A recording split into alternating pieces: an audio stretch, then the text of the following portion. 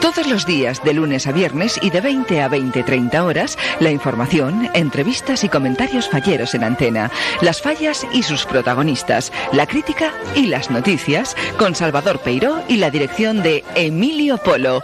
Fiestas de Fuego, Onda Cero Radio. Imagínatela.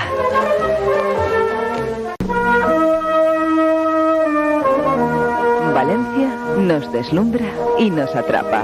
Nos hace ser y sentir de una forma especial. Som mediterráneos. En cientos de talleres, los sueños van tomando forma y color. Y el próximo 19 de marzo culminará el hechizo de unas fiestas que son algo más.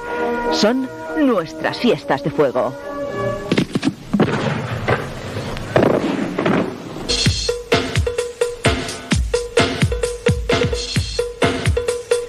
Aquí comienza en Onda Melodía, Fiestas de Fuego, con Emilio Polo.